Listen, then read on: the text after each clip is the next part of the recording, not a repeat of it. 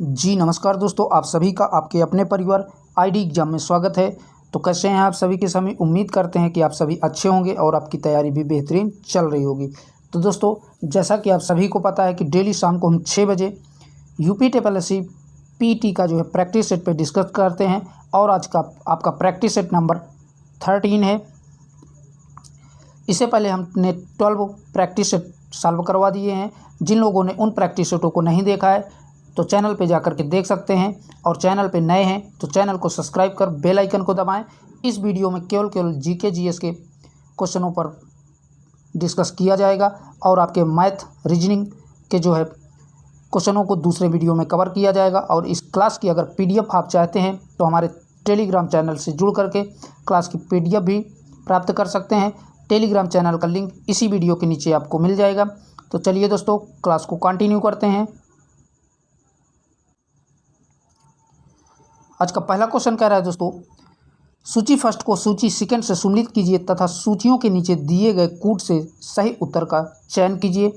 तो आपका एक तरफ सूची फर्स्ट है, एक तरफ सूची सेकंड है। तो सूची फर्स्ट में आपका काल दिया है और दूसरी तरफ आपका उससे संबंधित घटनाएं दिया है। तो पहला कह रहा है 1527। तो 15 को 27 में जो है खानवा का युद्ध हुआ था। तो ए का तीसरे से। फिर है 1556। तो 1556 में दोस्तों अकबर का राजरा अभिषेक हुआ था। तो बी का चौथे से। फिर है 1579। तो 1579 को जो है मजहर की घोषणा की गई थी। तो सी का दूसरे से। और है 1558। तो 1558 में औरंगजेब का बनारस फरमान आया था। तो डी का पहले से। तो आपने देखा दोस्तों, ए का तीसरे से, बी का चौथे से, सी का दूसरे से और डी का पहले से मिलान हो जाएगा। तो कूट के माध्यम से देखेंगे राइट आंसर कौन सा होगा। तो यहाँ से दोस्तों आपका राइट आंसर हो जाएगा ऑप्शन नंबर डी करेक्ट हो जाएगा। चलिए देखते हैं अगले क्वेश्चन की तरफ। अगला क्वेश्चन है, निम्नलिखित फारसियों के कवियों में से किसे भारत का सदी कहा जाता है। तो अमीर हसन को जो है भारत का सदी कहा जाता है। तो ऑप्शन नंबर ए यहाँ से राइट हो जाएगा। याद रखिएगा दोस्तों, अमीर हसन बलवन के काल का प्रसिद्ध विद्वान था। तो ये भी याद रखिएगा। चलिए देख लेते हैं अगले क्वेश्चन को। अगला क्वेश्चन कह रहा है दोस्तों, निम्न में से कौन त्रिकोणात्मक संघर्ष का हिस्सा नहीं था। तो इनमें से आपका राइट आंसर हो जाएगा चोल वंश जो है त्रिकोणात्मक संघर्ष का हिस्सा नहीं था। तो ऑप्शन नंबर डी यहाँ से राइट हो जाएगा। और अगर बात करें दोस्तों त्रिकोणात्मक संघर्ष की, तो ये आपका जो है 8वीं शताब्दी के कन्नौज पर अधिकार करने के लिए 3 बड़ी शक्तियाँ पाल, गुर्जर प्रतिहार और राष्ट्रकूट के बीच संघर्ष चल रहा था। इन्हीं तीनों शक्तियों के संघर्ष को त्रिकोणात्मक संघर्ष के नाम से भारतीय इतिहास में जाना जाता है। तो याद रखिएगा दोस्तों। आइए बढ़ते हैं अगले क्वेश्चन की तरफ। अगला क्वेश्चन है, सिमुक निम्न वंशों में से किसका संस्थापक था। तो सिमुक जो है आपका सातवाहन का जो है संस्थापक था। तो right answer option number D correct हो जाएगा। और सिमुक जो है सातवाहन वंश की नींव डाली थी। तो ये याद रखिएगा दोस्तों। चलिए बढ़ते हैं अगले क्वेश्चन की तरफ। अगला क्वेश्चन है दोस्तों, 16 महाजनपदों का उल्लेख है। तो 16 महाजनपदों का उल्लेख किसमें है। तो यहाँ से आपका राइट आंसर हो जाएगा ऑप्शन नंबर सी, अंगुत्तर निकाय में जो है 16 महाजनपदों का जो है उल्लेख मिलता है। यह बौद्ध धर्म के अंगुत्तर निकाय में 16 जनपदों का उल्लेख मिलता है। तो याद रखिएगा दोस्तों, यह बौद्ध धर्म का जो है एक प्रकार का निकाय है। चलिए देखते हैं अगले क्वेश्चन की तरफ। नेक्स्ट क्वेश्चन है, भारत में अप्रत्यक्ष निर्वाचन की प्रथा किस वर्ष में आरंभ की गई थी। तो राइट आंसर हो जाएगा भारत परिषद अधिनियम 1892 में जो है अप्रत्यक्ष निर्वाचन की प्रथा भारत में स्टार्ट की गई थी। तो ऑप्शन नंबर बी यहाँ से राइट हो जाएगा।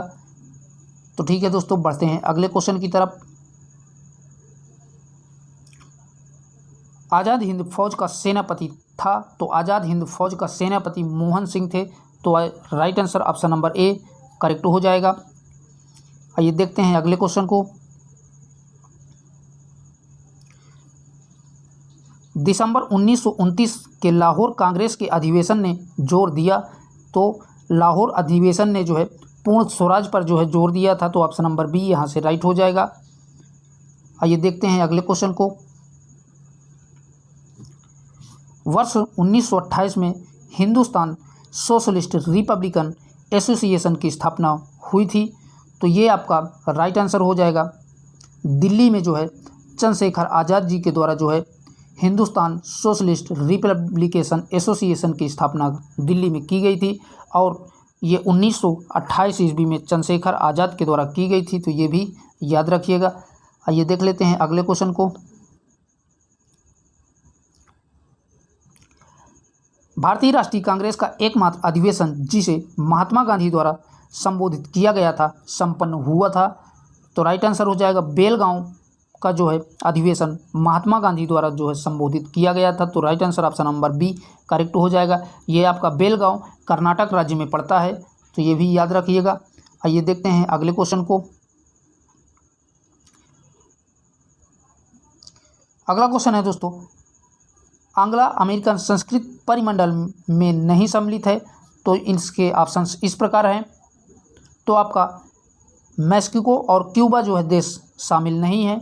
तो यही आपके दोनों राइट हो जाएंगे। और बात करें दोस्तों, एंग्लो अमेरिकन संस्कृत में केवल 2 देशों को शामिल किया गया है और वो 2 देश आपके कनाडा और संयुक्त राज्य अमेरिका हैं। तो इनमें से मैक्सिको और क्यूबा को शामिल नहीं किया गया है। तो कूट के माध्यम से देखेंगे राइट आंसर कौन सा हो जाएगा। तो ऑप्शन नंबर डी करेक्ट हो जाएगा, जिसमें तीसरे और चौथे को सही बताया है। आपसे कौन शामिल नहीं है ये पूछा था क्वेश्चन। तो ठीक है दोस्तों, बढ़ते हैं अगले क्वेश्चन की तरफ जो कि 12 नंबर का क्वेश्चन होगा। क्वेश्चन कह रहा है निम्न में से किसे आप सामान्य रूप से टॉर्नेडो से संबंध करेंगे। तो राइट आंसर हो जाएगा मैक्सिको की खाड़ी जो है यही आपका टॉर्नेडो से संबंध है। तो right answer option number A correct हो जाएगा। आइए बढ़ते हैं अगले क्वेश्चन की तरफ। अगला क्वेश्चन है निम्न में से कौन भारतवर्ष में कौन सा भूतापीय शक्ति ऊर्जा के उत्पादन के लिए उपयुक्त नहीं है। तो राइट आंसर हो जाएगा तमिलनाडु का पूर्वी तट यही आपका जो है ऊर्जा के उत्पादन से उपयुक्त नहीं है। और बाकी के आपके लद्दाख का मूंगा घाटी, मणिकरण क्षेत्र, हिमाचल प्रदेश का, महाराष्ट्र का पश्चिमी घाट, ये तीनों के तीनों आपके जो है ऊर्जा उत्पादन के लिए उपयुक्त क्षेत्र हैं। जबकि आपका तमिलनाडु का पूर्वी तट ये आपका ऊर्जा के उत्पादन के लिए जो है उपयुक्त क्षेत्र नहीं है। तो याद रखिएगा। आइए देख लेते हैं अगले क्वेश्चन को। अगला क्वेश्चन है भारत का लगभग 2/3 कोयला पाया जाता है। तो भारत का लगभग 2/3 कोयला जो है आपका दामोदर घाटी में पाया जाता है। तो यहाँ से ऑप्शन नंबर बी राइट हो जाएगा। आइए बढ़ते हैं अगले क्वेश्चन की तरफ। नेक्स्ट क्वेश्चन है इरडा नियमन करती है। तो इरडा जो है किसका नियमन करती है। तो यहाँ से आपका राइट आंसर हो जाएगा बीमा कंपनियों का जो है निगमन करती है। तो ऑप्शन नंबर बी राइट हो जाएगा। याद रखिएगा दोस्तों। अगर बात करें दोस्तों इरडा नियमन की, तो मल्होत्रा समिति के सिफारिश पर बीमा नियामक एवं विकास प्राधिकरण का गठन जो है अप्रैल 2000 में किया गया था। एन रंगाचारी की अध्यक्षता में ये जो है संगठन किया गया था और यह प्राधिकरण बीमा क्षेत्र के नियमन के लिए संसद के प्रति उत्तरदायी होती है। तो ये सारे फैक्ट याद रखिएगा। चलिए देखते हैं अगले क्वेश्चन की तरफ। अगला क्वेश्चन है वर्ष 2011 की जनगणना के अनुसार निम्न में से किस राज्य में साक्षरता सर्वाधिक थी। तो यहाँ से आपका राइट आंसर हो जाएगा मणिपुर आपका राइट आंसर हो जाएगा। अगर आपसे संपूर्ण भारत की बात करता है तो दोस्तों संपूर्ण भारत में केरल राज्य की साक्षरता दर सबसे अधिक थी और सबसे कम बिहार राज्य की थी। परंतु दिए गए ऑप्शनों में से आपका मणिपुर की जो है साक्षरता सर्वाधिक थी जो है 2011 के जनगणना के अनुसार। तो याद रखिएगा। आइए देख लेते हैं अगले क्वेश्चन को।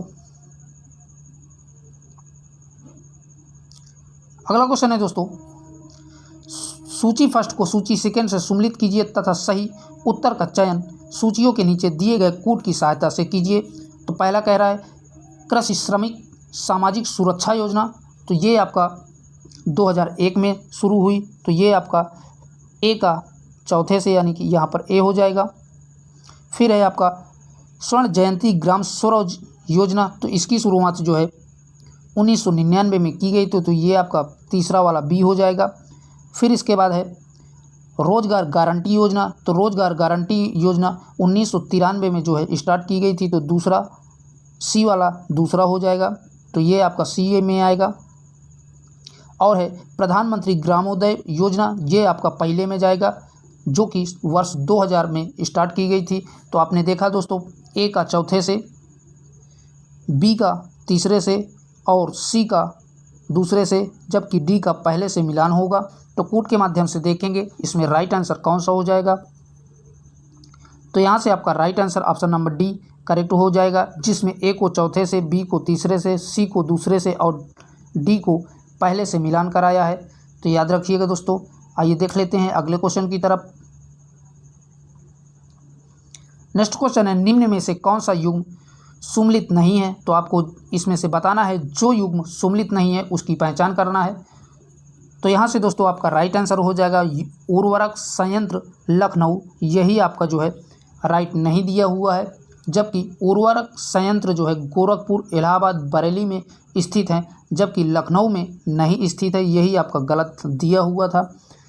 आइए देख लेते हैं अगले क्वेश्चन को। अगला क्वेश्चन है दोस्तों, गरीबी उन्मूलन का नारा किस पंचवर्षीय योजना में दिया गया है। मोस्ट इंपॉर्टेंट प्रश्न है। तो ये आपका 5वीं पंचवर्षीय योजना में दिया गया है, तो याद रखिएगा दोस्तों, ऑप्शन नंबर सी यहाँ से राइट हो जाएगा। चलिए देखते हैं अगले क्वेश्चन की तरफ। अगला क्वेश्चन है, निम्न में से कौन सा बैंक कृषि एवं ग्रामीण विकास को प्रोत्साहित करता है। तो आपका नाबार्ड जो है बैंक कृषि एवं ग्रामीण विकास को प्रोत्साहित करता है, तो ऑप्शन नंबर सी यहाँ से राइट हो जाएगा। और दोस्तों अगर बात करें बैंक कृषि एवं ग्रामीण विकास की स्थापना की, तो इसकी स्थापना 1982 ईस्वी में की गई थी और इसका मुख्यालय जो है आपका मुंबई में स्थित है। तो ये भी याद रखिएगा, जो कि एग्जाम के लिए उपयोगी हो सकता है। अगला क्वेश्चन है दोस्तों, निम्नलिखित में से संविधान का कौन सा भाग नगर पालिकाओं से संबंधित है। तो आप सभी को पता है कि संविधान का भाग 9A में जो है नगर पालिकाओं से संबंधित उपबंध बताए गए हैं, तो ऑप्शन नंबर डी राइट हो जाएगा, याद रखिएगा दोस्तों। आइए देख लेते हैं अगले क्वेश्चन को। अगला क्वेश्चन है, निम्नलिखित भारतीय राज्यों में से किस राज्य का अपना उच्चतम न्यायालय नहीं है। तो राइट आंसर हो जाएगा मिजोरम राज्य का जो है खुद का उच्चतम न्यायालय नहीं है, तो right answer option number D correct हो जाएगा। और अगर बात करें दोस्तों वर्तमान में भारत में उच्चतम न्यायालयों की संख्या 25 है, तो ये भी याद रखिएगा। आइए देख लेते हैं अगले क्वेश्चन की तरफ। अगला क्वेश्चन है, भारतीय संसद में शामिल है। तो भारतीय संसद में आपका लोकसभा, राज्यसभा तथा राष्ट्रपति तीनों शामिल होते हैं, तो ऑप्शन नंबर डी यहाँ से राइट हो जाएगा। और इसका प्रावधान जो है भारतीय संविधान के अनुच्छेद 79 में इसका प्रावधान दिया गया है, तो याद रखिएगा दोस्तों। आइए देख लेते हैं अगले क्वेश्चन को। अगला क्वेश्चन है, निम्न में से किसकी संस्तुति पर भारतीय संविधान के मूल कर्तव्य शामिल किया गया है। तो राइट आंसर हो जाएगा स्वर्ण सिंह समिति के जो है संस्तुति पर मूल कर्तव्य जोड़े गए हैं, तो ऑप्शन नंबर सी यहाँ से राइट हो जाएगा, तो याद रखिएगा दोस्तों। चलिए देख लेते हैं अगले क्वेश्चन की तरफ। अगला क्वेश्चन है, भारतीय संविधान की निम्नलिखित में से कौन सी अनुसूची राज्यसभा के स्थानों के आवंटन से संबंधित है। तो आपकी जो है दोस्तों चौथी अनुसूची जो है राज्यसभा के स्थानों के आवंटन से संबंधित है, तो ऑप्शन नंबर बी राइट हो जाएगा। अगर अदर ऑप्शनों की बात करें तीसरी अनुसूची की, तो तीसरी अनुसूची जो है पदों के शपथ से संबंधित प्रावधान बताती है। और जो है पांचवी अनुसूची की अगर बात करें, तो इसमें जो है SC/ST के प्रशासन और नियंत्रक से संबंधित प्रावधान दिए गए हैं। और अगर बात करें छठी अनुसूची की, तो छठी अनुसूची में असम, मेघालय, त्रिपुरा एवं मिजोरम राज्यों के जनजाति क्षेत्रों के प्रशासन से संबंधित प्रावधान दिए गए हैं। तो इस प्रश्न का आंसर दोस्तों ऑप्शन नंबर बी चौथी अनुसूची राइट हो जाएगा, तो याद रखिएगा। मोस्ट इंपॉर्टेंट क्वेश्चन है दोस्तों ये। तो ठीक है दोस्तों, बढ़ते हैं अगले क्वेश्चन की तरफ। अगला क्वेश्चन है, रक्त कैंसर को नियंत्रित करने के लिए उपयोग किया जाने वाला रेडियोधर्मी समस्थानिक है? तो राइट आंसर हो जाएगा फास्फोरस 32 जो है रक्त कैंसर को नियंत्रित करने के लिए उपयोग किए जाने वाला एक प्रकार का रेडियोधर्मी समस्थानिक है। तो ठीक है दोस्तों, बढ़ते हैं अगले क्वेश्चन की तरफ। अगला क्वेश्चन है, मानव शरीर में इंसुलिन उत्पादक अंग है, तो मानव शरीर में आपका इंसुलिन उत्पादक जो है अंग अग्नाशय है। तो right answer option number D correct हो जाएगा। तो ठीक है दोस्तों, बढ़ते हैं अगले क्वेश्चन की तरफ। अगला क्वेश्चन है, हरित गृह प्रभाव क्या है? तो हरित गृह प्रभाव आपका वैश्विक ताप में वृद्धि, यही आपका राइट हो जाएगा, ऑप्शन नंबर ए करेक्ट हो जाएगा। अगर बात करें दोस्तों हरित गृह प्रभाव की, तो ग्लोबल वार्मिंग को ही वैश्विक तापन या हरित गृह प्रभाव कहा जाता है। इसकी स्थापना 1824 में जो है की गई थी और जोसेफ फोरियर के द्वारा इसकी स्थापना की गई थी। तो ये भी याद रखिएगा। चलिए देख लेते हैं अगले क्वेश्चन की तरफ।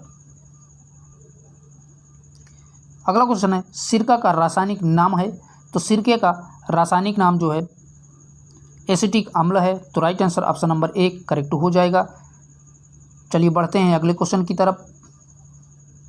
दोस्तों एक बार आप वीडियो को ज़्यादा से ज़्यादा शेयर कर दें। नेक्स्ट क्वेश्चन है जो कि 30 नंबर क्वेश्चन है, निम्न में से किस में उच्चतम ऊर्जा होती है? तो राइट आंसर हो जाएगा नीले प्रकाश में उच्चतम ऊर्जा होती है। तो ऑप्शन नंबर ए राइट हो जाएगा। अगर बात करें दोस्तों नीले प्रकाश की तरंग दैर्घ्य सबसे कम होती है, इसीलिए इसमें अधिक ऊर्जा होती है। तो याद रखिएगा दोस्तों। चलिए बढ़ते हैं अगले क्वेश्चन की तरफ। अगला क्वेश्चन है, प्रकृति का सुकुमार कवि किसे कहा जाता है? तो प्रकृति का सुकुमार कवि जो है सुमित्रानंदन पंत को कहा जाता है। तो ऑप्शन नंबर ए राइट हो जाएगा। आइए देखते हैं अगले क्वेश्चन को। 9 2 11 होना, इस मुहावरे का अर्थ दिए हुए में से कौन सा विकल्प दर्शाता है? तो 9 2 11 हो जाना यानी कि भाग जाना, यही आपका राइट आंसर हो जाएगा, ऑप्शन नंबर सी। तो याद रखिएगा दोस्तों 9 2 11 होना का अर्थ जो है भाग जाना होता है। आइए देख लेते हैं अगले क्वेश्चन को। अगला क्वेश्चन है, 2 या 2 से अधिक अत्यंत समीपस्थ वर्णों के मेल से जो परिवर्तन होता है वह है, तो उसे संधि कहा जाता है। तो ऑप्शन नंबर डी यहाँ से राइट हो जाएगा। आइए देखते हैं अगले क्वेश्चन को। नेक्स्ट क्वेश्चन है, दिए गए विकल्पों में से शुद्ध वाक्य पहचानिए। तो इनमें से चारों में से आपको बताना है कि शुद्ध वाक्य कौन सा है। तो यहाँ से आपका ऑप्शन नंबर डी राइट हो जाएगा, मजदूरों को अनेक काम हैं, यही आपका राइट हो जाएगा। तो याद रखिएगा दोस्तों। चलिए बढ़ते हैं अगले क्वेश्चन की तरफ। कह रहा है, अपने जीवन पर स्वयं लिखी कथा वाक्यांश के लिए एक शब्द होगा। तो अपने जीवन पर स्वयं लिखी हुई कथा को आत्मकथा कहा जाता है। तो ऑप्शन नंबर डी राइट हो जाएगा। याद रखिएगा दोस्तों। चलिए बढ़ते हैं अगले क्वेश्चन की तरफ।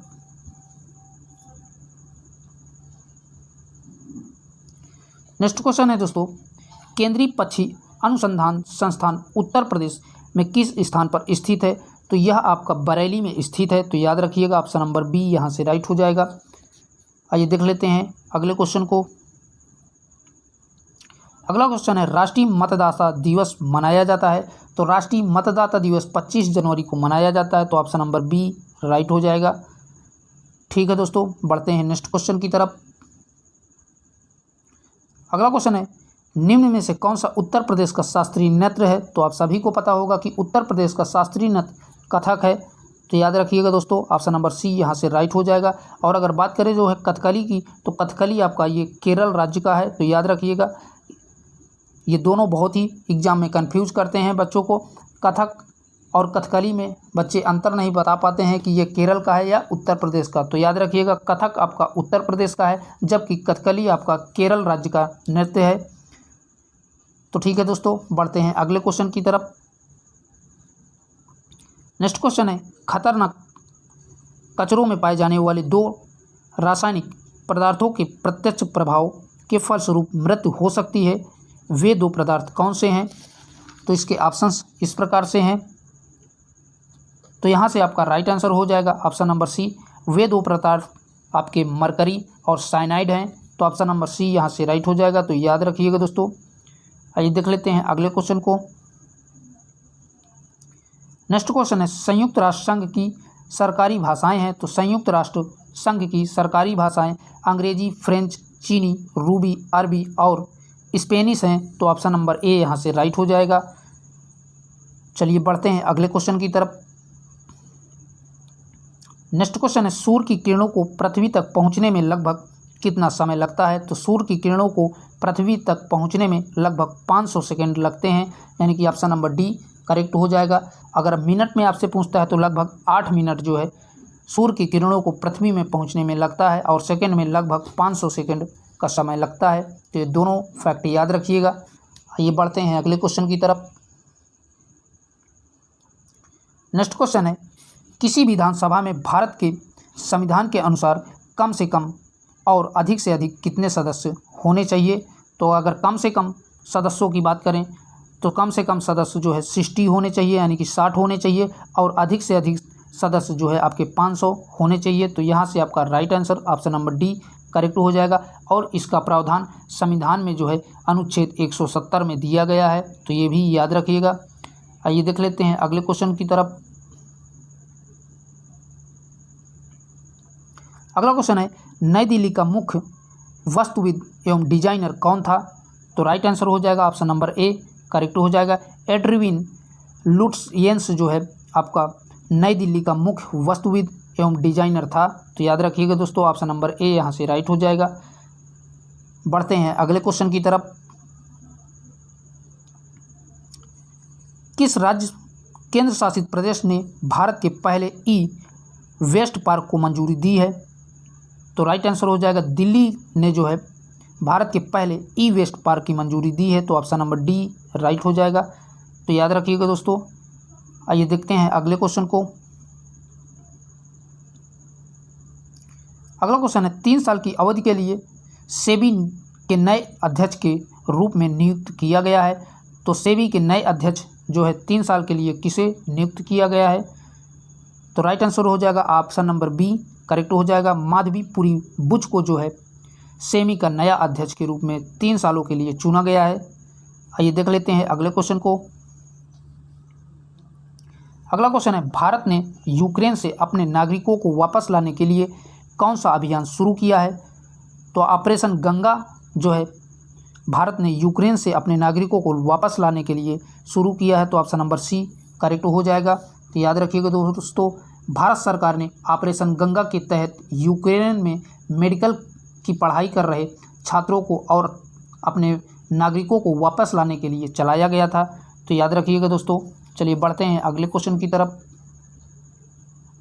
नेक्स्ट क्वेश्चन है निम्न में से कौन सा हवाई अड्डा पूरी तरह से सौर ऊर्जा से संचालित दुनिया का पहला हवाई अड्डा बन गया है, तो राइट आंसर हो जाएगा कोचीन अंतर्राष्ट्रीय हवाई अड्डा, यही आपका राइट आंसर हो जाएगा। ऑप्शन नंबर बी करेक्ट हो जाएगा, तो याद रखिएगा। चलिए बढ़ते हैं अगले क्वेश्चन की तरफ। नेक्स्ट क्वेश्चन है निम्न में से किसे राष्ट्रीय मूल्यांकन और प्रयत्न परिषद की कार्यकारी समिति के अध्यक्ष के रूप में नियुक्त किया गया है, तो राइट आंसर हो जाएगा option number D Bhushan Patwardhan को जो है प्रयत्न परिषद की कार्यकारी समिति का अध्यक्ष चुना गया है, तो याद रखिएगा दोस्तों। आइए देख लेते हैं अगले क्वेश्चन की तरफ।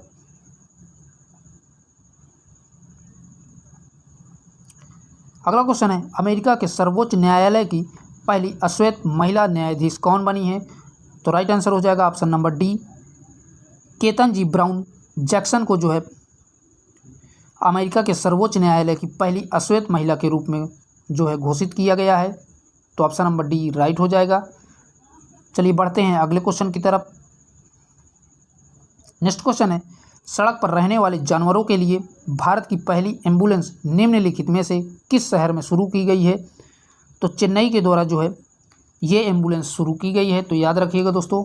चलिए बढ़ते हैं अगले क्वेश्चन की तरफ। नेक्स्ट क्वेश्चन है निम्नलिखित में से कौन वोल्टेज मैन मेडल से सम्मानित होने वाला पहला भारतीय बन गया है, तो दीपक धर जो है वोल्टेज मैन मेडल से सम्मानित होने वाले पहले भारतीय बन गए हैं, तो ऑप्शन नंबर ए राइट हो जाएगा दीपक धर। आइए देखते हैं अगले क्वेश्चन को।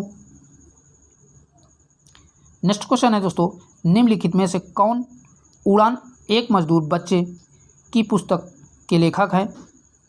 तो राइट आंसर हो जाएगा मिथिलेश तिवारी जो है उड़ान एक मजदूर बच्चे की जो है पुस्तक के लेखक हैं। तो ऑप्शन नंबर डी यहाँ से राइट हो जाएगा। तो याद रखिएगा दोस्तों। बढ़ते हैं अगले क्वेश्चन की तरफ।